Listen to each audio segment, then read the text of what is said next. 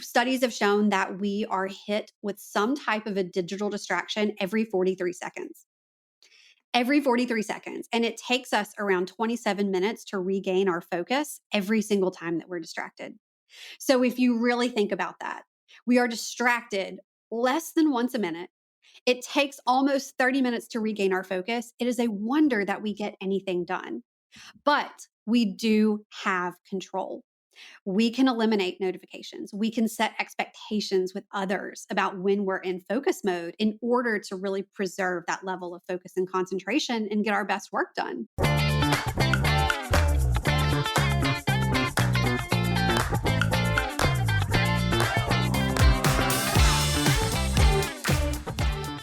Hey everybody, this is Jeremy Tiers from Tutor Collegiate Strategies, and you're about to check out the latest episode of the Mission of Mission podcast, a show that's designed to help higher ed become better recruiters, communicators, marketers, and managers. Each week I'll introduce you to an industry leader or difference maker who will share helpful advice, tips, and strategies that will help you grow professionally and personally. Mission of Mission is part of the Enrollify podcast network. I'm excited to share my latest candid conversation, so let's get started.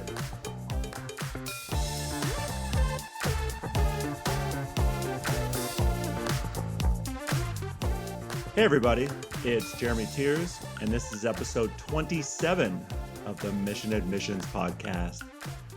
One of the hardest things for so many of us to do is to effectively manage our time each and every day. So I am very excited to introduce you to Anna Dearmon Kornick.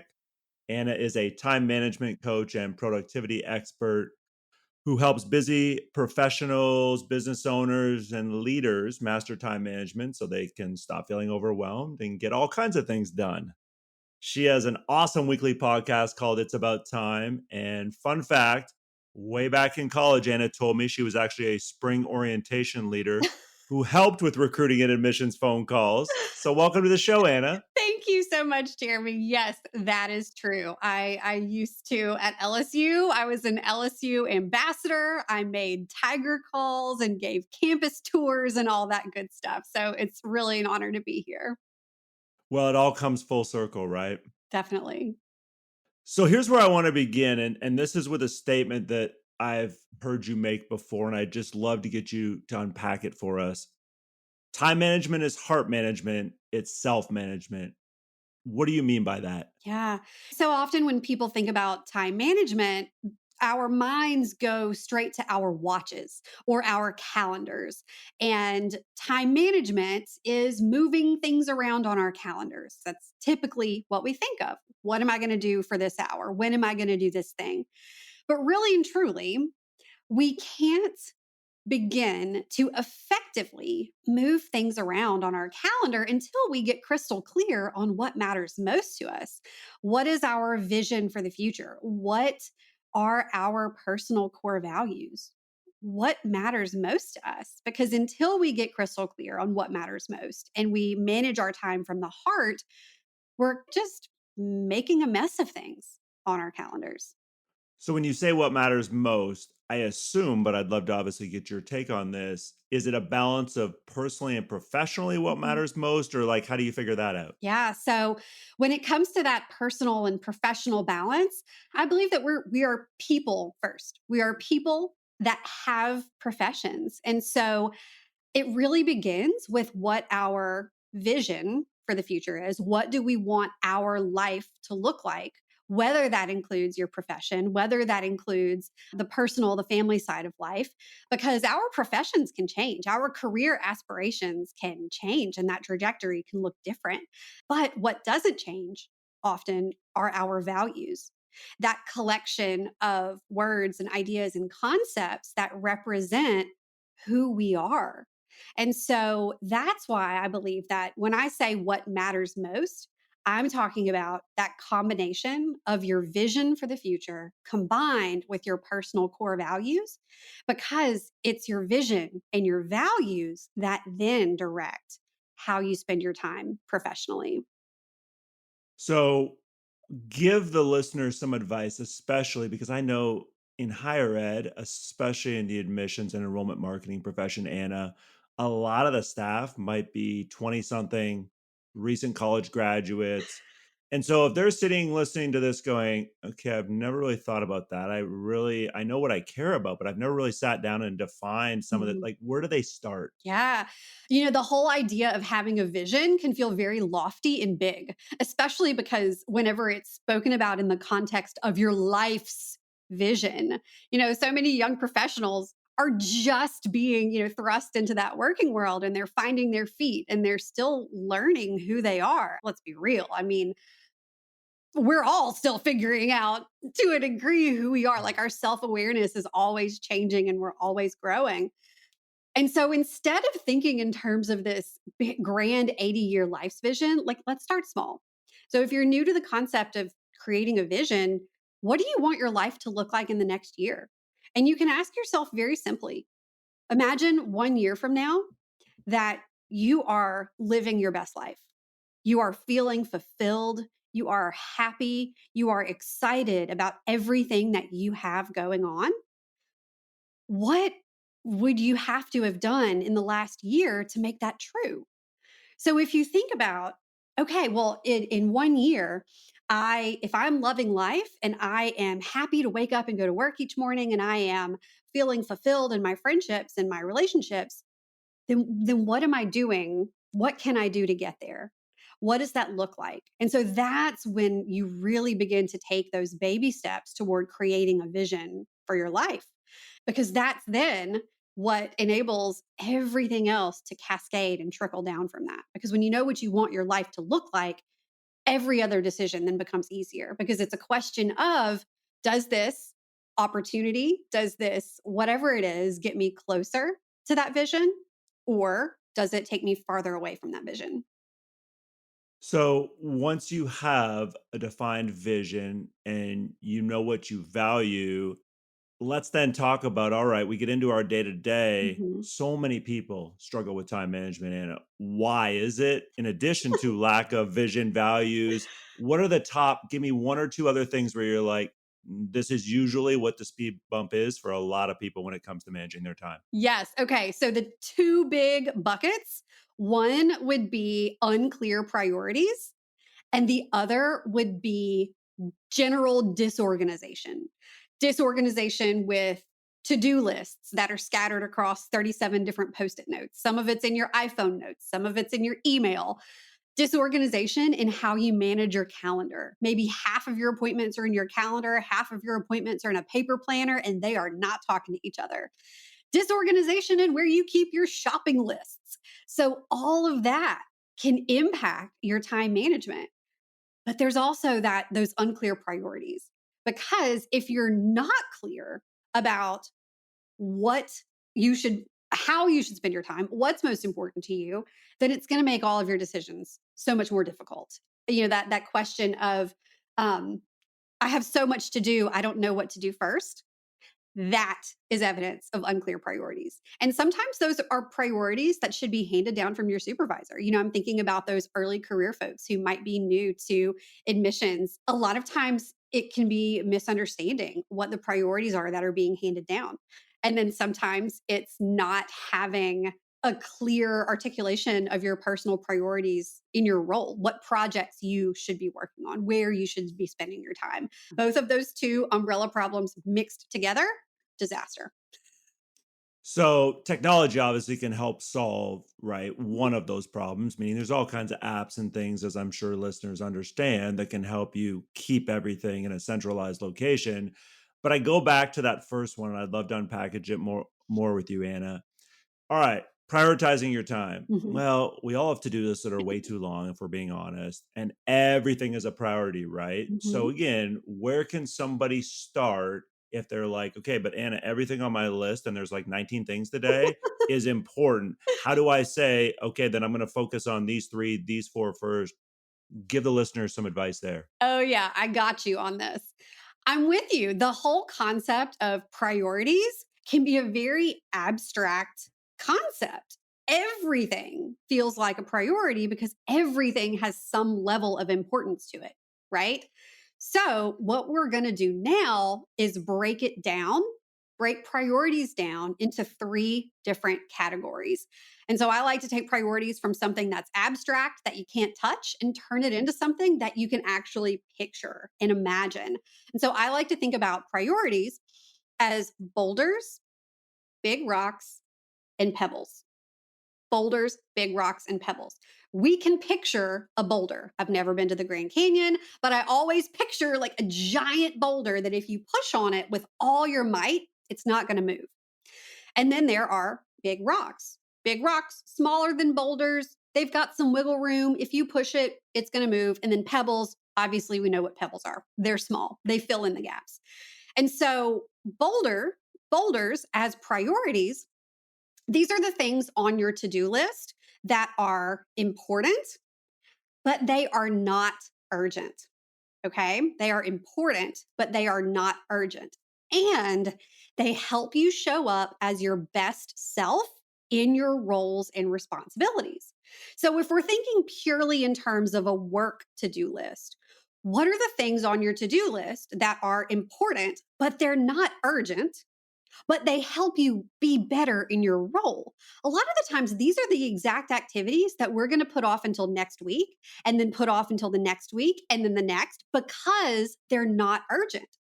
But what happens is that when we continue to put off our bolder activities, say it's personal development or professional development, even working out, making it to the gym is an example of a boulder because it helps us show up as our best selves. Going to a therapy appointment, having a date night with your spouse or your partner, spending quality time with your kids, calling your grandmother.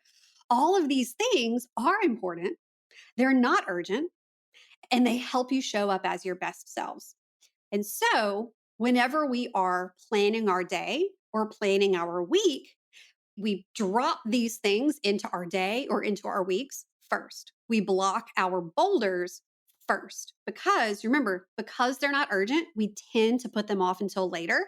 So we want to hold space for those things first. And that doesn't necessarily mean doing those things first. It just means holding space for those things first. So then after our boulders, we've got our big rocks. Now, big rocks is where we tend to spend a lot of our time because these are the things that are important, but they're also urgent. They're time bound and they're typically project oriented. And these are the activities that move the needle, that move us closer to that vision in our life and in our work. So this is going to be things like whatever projects that you have going on. If you are working on a new marketing collateral or you are planning an upcoming event, these things are deadline based, they're urgent. They move the needle in your goals for your role. Those are your big rocks. Now, because they're urgent, if we don't watch out, we'll spend all of our time putting out fires. And that means that there's no time left over for those personal enrichment activities that are found in our boulders. And so the great thing about big rocks is that they're smaller than boulders. So there is some wiggle room despite the urgency. And so after you've blocked your big rock, after you've blocked your boulders for the day or for the week, if you're doing weekly planning, the next thing that you'll do is identify your big rocks for the week and drop those into your day or into your week. And then our last category is pebbles. Pebbles are everything else. These are all of the little bitty admin type tasks that are not super important in that they're not moving the needle. They're not helping us be our best selves, but they have to be done. Things like making a dentist appointment, things like picking up your dry cleaning or taking the dog to the groomer or filling out a form for daycare, whatever it is, those admin things that need to be done. And now, the great thing about pebbles is that they're small, so they can fill in the gaps between our boulders and our big rocks with the time that's available. But if we don't watch out, pebbles can very easily take over our entire day. Because when we open up our to-do list in the morning or we take a look at our task management system, the Pareto principle really comes into play. Pareto principle, the 80-20 rule, as many people know it, 80% of our outputs come from 20% of our inputs. If I were to take a look at your to-do list, I would bet that 80% of your to-do list is made up of pebbles. Just because they're small, they're quick, they're short in nature, but there are usually a lot of them. And so very often we'll start our day and we'll say, okay, I'm going to knock out all of these little things first, and then I'll get to that project. But then what happens is that we get to the end of our day. It's 4 o'clock, 5 o'clock. We look back at our day and we realize, oh, I was busy all day long. But what did I actually do? I didn't do the most important thing on my list. And we're so frustrated. And so, my challenge to you is that now you're armed with this new way of prioritizing, thinking of things as boulders, big rocks, and pebbles. Next time you have your to do list open, write a B, an uppercase B, next to your boulders. Write a BR next to your big rocks and write a lowercase p next to your pebbles, because that's going to begin training your brain to categorize each of these activities on your to do list. All of them are priorities, but some of them have different meaning and have different weight than the others. Block time for your boulders first, block time for your big rocks second, and let the pebbles fill in the gaps in between. Talk real quick more about, because you hit on it there a couple of times, and I'm sure the audience got it, but just to make sure they did, time blocking, right? Yeah. That is so important once you categorize things. Anything else you would want to add there as to, because I know a lot of people would say, all right, Jeremy, I can make my to-do list, but here's the thing. What takes that person an hour, Anna, might take me, because of my skill set, 30 minutes, right? And Mhm. that's where I would assume, but again, I'd love your feedback. Blocking becomes even more important because it allows you to say, well, I might be able to do a couple extra, big rocks today because I'm just more skilled, more savvy, more experienced in a certain area. But Mhm. thoughts on that? Yeah. So there are three productivity pitfalls that I talk about in my book, Time Management Essentials. Two of them really fit into this conversation well, and that's Parkinson's Law and the planning fallacy. So, Parkinson's Law states that work expands to fill the time available. And so, if we have this full work day ahead of us and we put one thing on our to do list, somehow we are able to work on that one thing the entire day because work expands. There's always something else that we can do, either give revising it for another round, or changing that font, or let's change the color, or let's add a graphic here, or let me have so and so take a look at it, or should we rearrange this. There's always something else that can be done in the impossible pursuit of perfection, always. And so when you know, though, that Parkinson's Law exists and that work expands to fill the time allotted, you can combat Parkinson's Law by creating time blocks, by giving your work a fence, adding a block, just like a meeting, to your calendar with a set start time and a set end time in order to contain that work, to put it in a fence. Now, the second productivity pitfall that I want to mention here is the planning fallacy. And I love this one. If you could have a favorite productivity pitfall, that's weird. This is mine.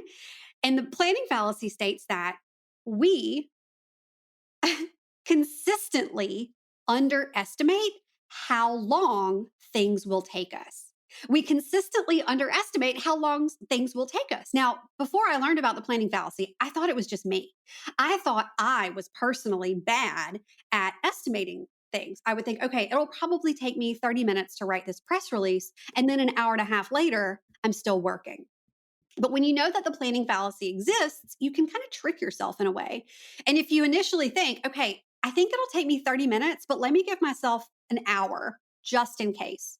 So now you have combated the planning fallacy by intentionally giving yourself more time, and you've combated Parkinson's Law by creating a time block and giving yourself a set start time and a set end time. And so for each of the items on your to do list, and it's amazing, there are so many tools that can now assist you with creating these time blocks straight from your to do list.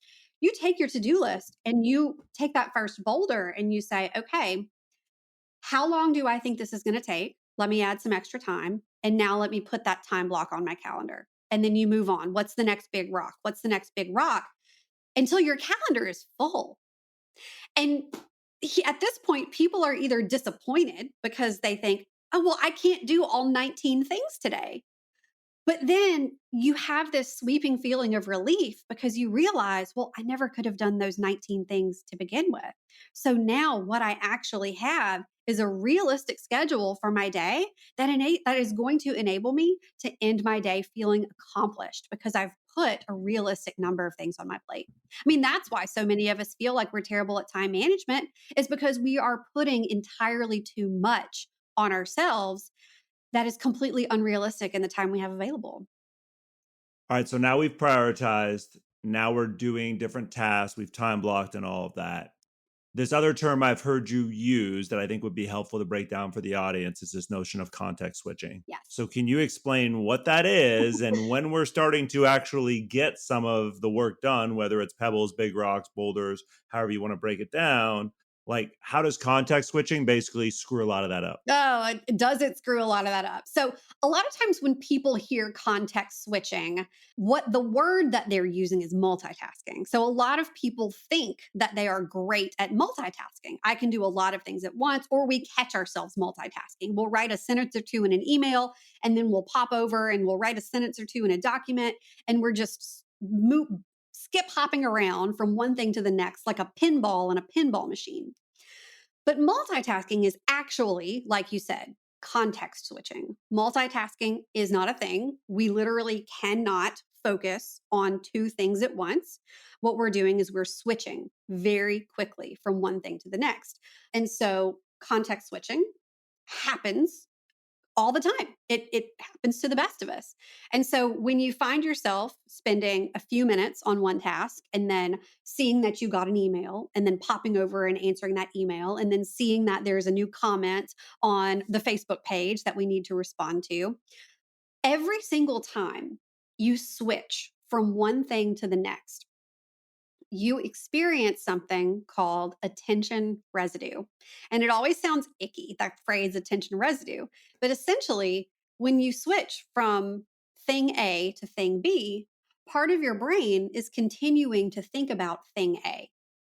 Even if you're not looking right at it, part of your brain is still thinking about that other thing, which means that you're not able to immediately give your full undivided attention to whatever the new thing is. And that results in lost productivity, lost effectiveness, a lack of precision, more mistakes. But the worst thing is that our brains love it. Our brains absolutely love and crave novelty. When things feel hard, when we begin to feel just the teeniest bit of friction with what's in front of us, our brain desperately wants to switch to something else, which is why it's so, I don't know, just this compulsive need to pick up our phones and check Instagram or check threads now that that's a thing, whatever it is. And so we are constantly having to combat our brain's desire to context switch in order to be effective and actually get things done. Fortunately, there are things that we can do to combat context switching. One of those things is monotasking, which is just a fun way of saying, try really hard to do one thing without switching. And you might think, oh, well, that's easier said than done, especially since my brain wants novelty. You can practice monotasking by starting your work by setting the intention and saying, okay, I am going to draft this email and I am not going to switch to anything else until I finish. You can also help yourself out by creating an environment for focus that helps you stay focused on that one thing in front of you. And that can look like creating a physical environment that helps you combat distractions by having a clear workspace, by using out of sight, out of mind, and putting up almost like blinders to, if you, for example, work at home, to put your back to the dishes in the sink or the laundry over on the sofa. Digitally, creating an environment for focus can look like really culling the notifications that you allow to interrupt you. You know, studies have shown that we are hit with some type of a digital distraction every 43 seconds. Every 43 seconds. And it takes us around 27 minutes to regain our focus every single time that we're distracted. So if you really think about that, we are distracted less than once a minute. It takes almost 30 minutes to regain our focus. It is a wonder that we get anything done. But we do have control. We can eliminate notifications. We can set expectations with others about when we're in focus mode in order to really preserve that level of focus and concentration and get our best work done. And for me, what I have found to be helpful, back to notifications and digital distractions, Anna, I put my phone on the other side of the room as far away as I can when I'm at home and I'm not traveling because, to your point, every time it buzzes, and Mhm. mine stays on vibrate permanently. So I Hmm. never have to worry about it ringing Right. and notifications are off. But for me, I would find myself, right, wanting to your point, pick it up, see what Mhm. it is. And so that has been a huge help for me. And hopefully that will be a help for somebody else listening.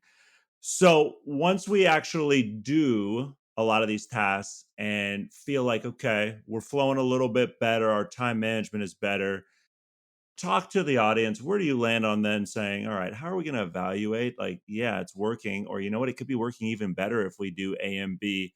Is that something that should happen daily, weekly, monthly? And like, where do you start when it comes to like self assessment or, having somebody else help you assess? Oh, that's such a great question.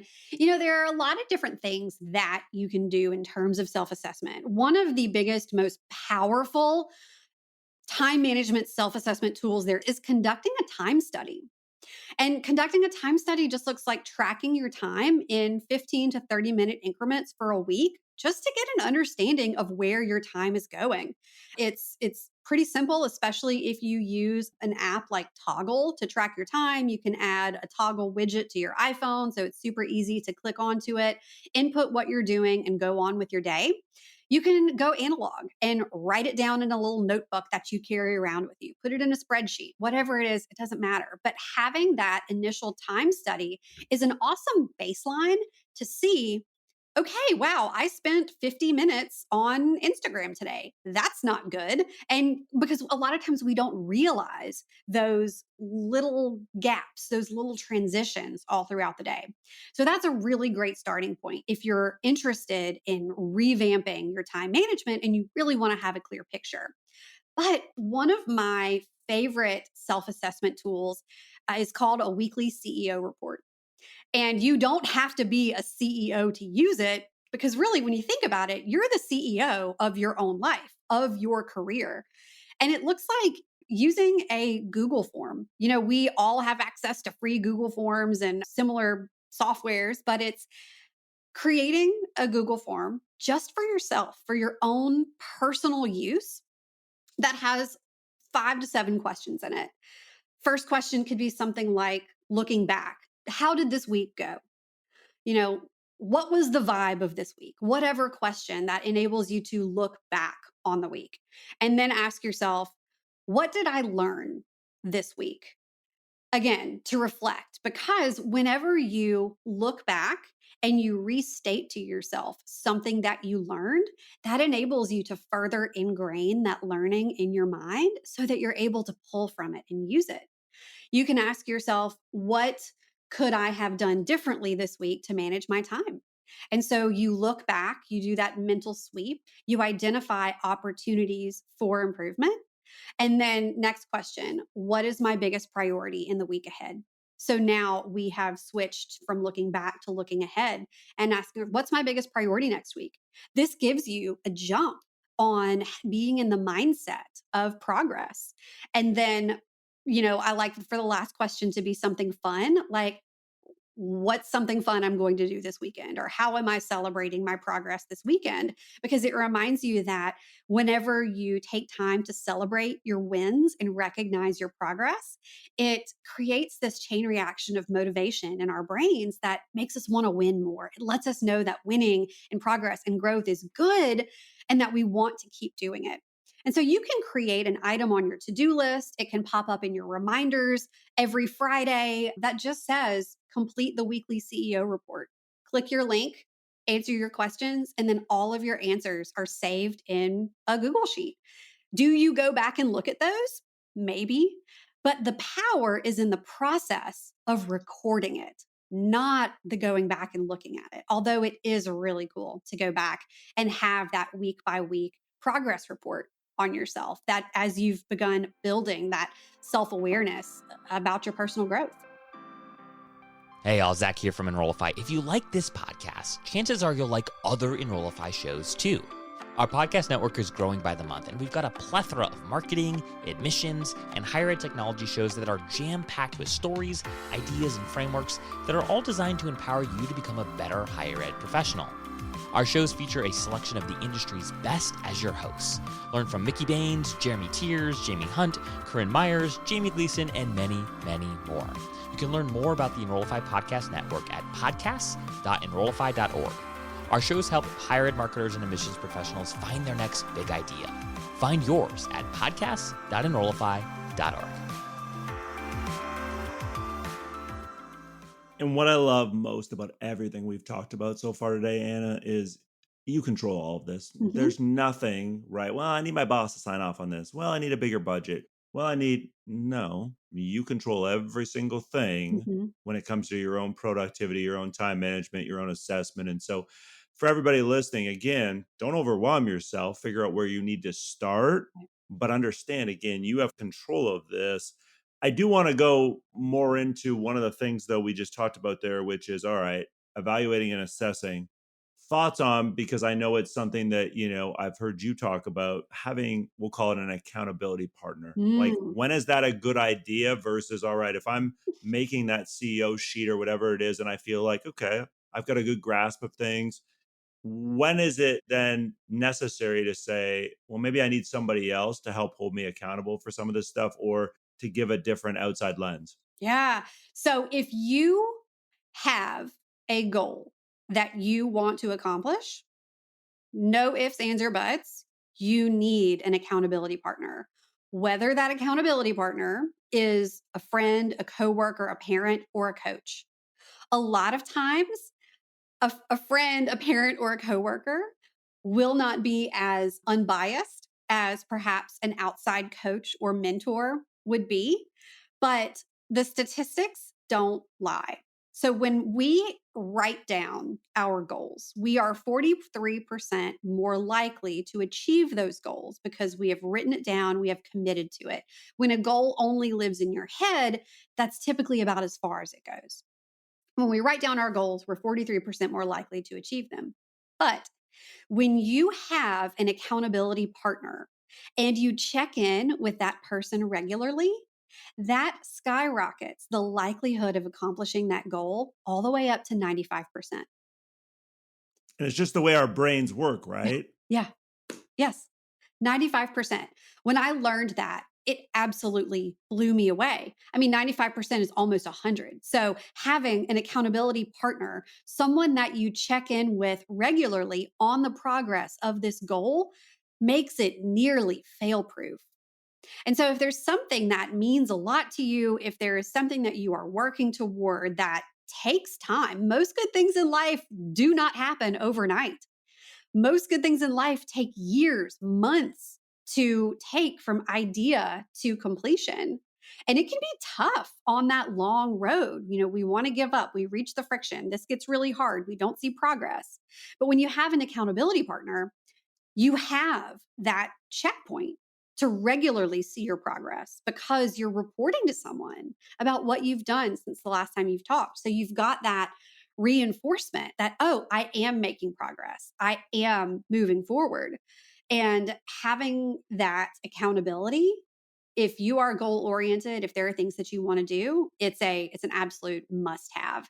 And so if you have looked around for an accountability partner and you haven't really found anyone that sticks, it's okay. The first time you try to set up an accountability relationship with someone, it might not work. It might not work for a number of reasons. Maybe the other person isn't as invested. Maybe the other person loves you so much that they're not going to give it to you straight. And so that's a really great opportunity to begin looking for someone who's going to give you that unbiased assessment and ask the tough questions. And that can come in the form of a mentor or a coach.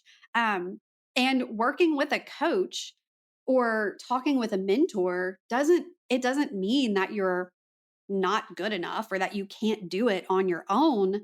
It just gives you that extra fuel for your fire to keep you going. Totally agree. And I definitely have learned over the years how important it is to audit your circle. And by that, I mean, just look at the people not only you surround yourself with, but who do you have that, again, in this example, is going to be honest and open enough with you to say, no, Anna, you know what? You need to do this differently, or you need to think about this. Because again, you've set that relationship and you've defined things with them, and they feel like, okay, I can call you on that if I feel like you're not doing something that you said is important to you or that you're going to do. I would love to pick your brain on one more thing because this has all been awesome and I think is going to help ton, a ton of listeners. If I'm a leader listening to this, doesn't matter if I'm a VP, a CEO, or I just am an associate director responsible for managing multiple people. And thoughts on this concept of, okay, I know a lot of leaders struggle with delegating, right? Do you feel like if you don't delegate enough, it can hypothetically make you less productive? I mean, give me some thoughts on that because I would assume the answer is yes, but I know you've worked with so many leaders and I would love to just get your take on that. Oh, yes. Yes, yes, yes. The answer is definitely yes. There are so many fears around delegation, and it comes a lot of times from perfectionist tendencies. People who will have this idea that, well, no one can do this as good as I can do it, so I'm going to hang on to it. Or they think, oh, well, this is too complicated to delegate, so I'm just going to do it. Or it'll be faster if I do it myself. And so, what that is essentially doing, and a time study can be so revealing here, which is why I love to start with a time study for my clients, is that when you really look at how much of your time each week is being spent on your genius zone work, the work that you are meant to do, the work that you were hired to do, that you know your highest form of work, how much time are you spending actually engaging in those activities? And then how much time are you spending on this lower level stuff that you just shouldn't be doing? And so I love to do an exercise with my clients about finding your genius zone and really identifying and putting into words what are those activities that you do that you are highly passionate about, you love this work, and that you are proficient at, you're good at it, whether it's a natural proficiency or some skills that you've cultivated, because that's where you want to spend your time, is doing those things that you love doing and that you're good at doing.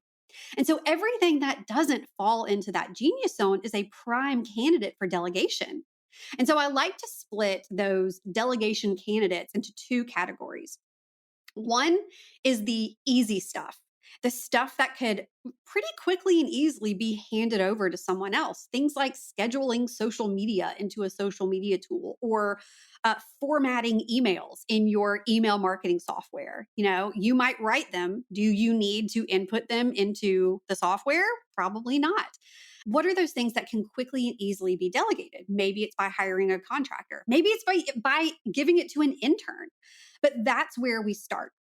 So then there's this other category of things to delegate that's a little bit more complex. And these tend to be the things that we hang on to the longest because they're high value. I mean, they do impact our work, but we're not passionate at them about them, and we're not super good at this, or at least someone else could be better. So these are the types of things that can be delegated that might require capturing a process, or might require creating a process, or organizing what it takes for someone else to fulfill that responsibility.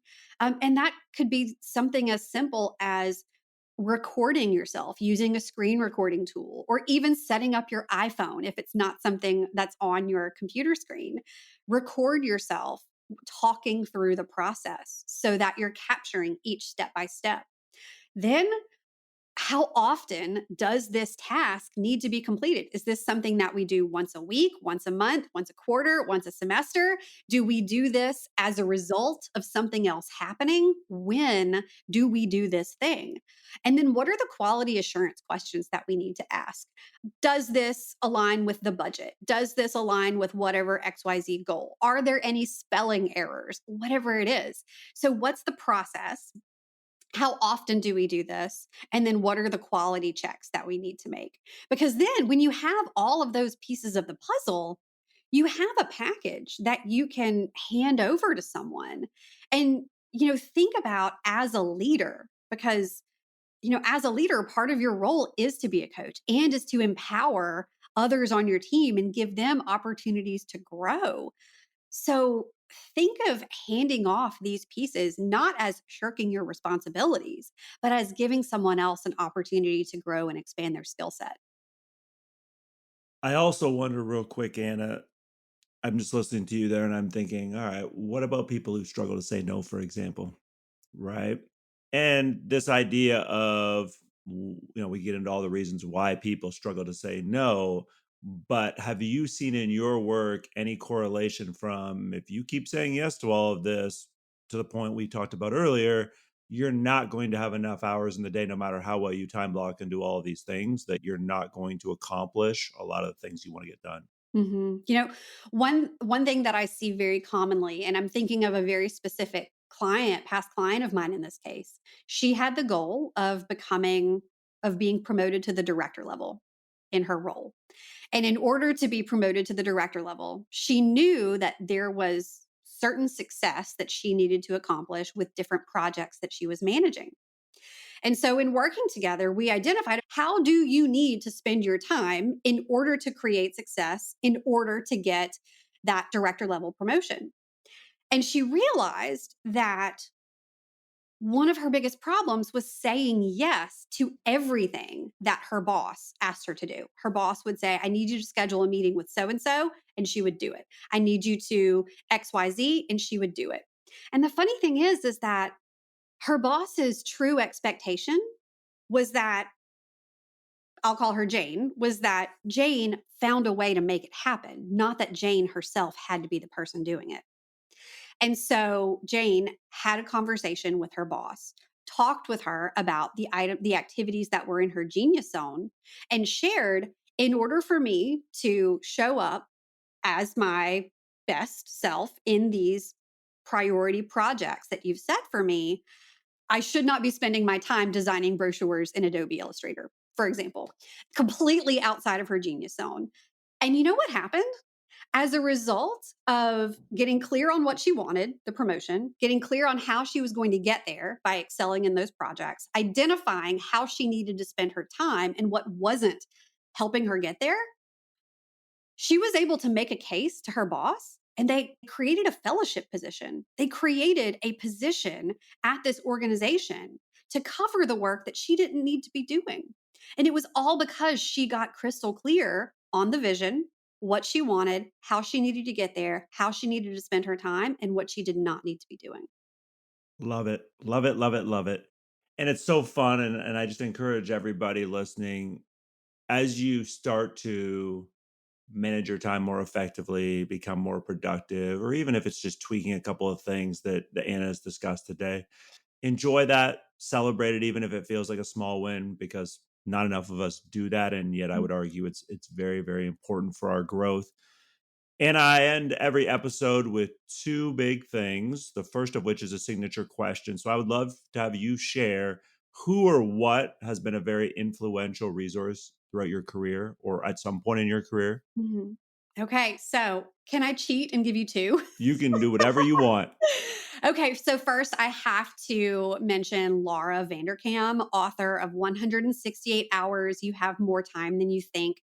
This was the first book that I ever read about time management, and it's safe to say that it changed my life because it really shifted my perspective from being a victim to my time to recognizing that I am actually in control. I can decide how to spend my time. I can decide to stay in this job in this industry that I am unhappy with, or I can structure my time in a way that helps me move into the area that I want to be in. That that book changed my life. Laura Vanderkam has written several books since then. She's just fantastic.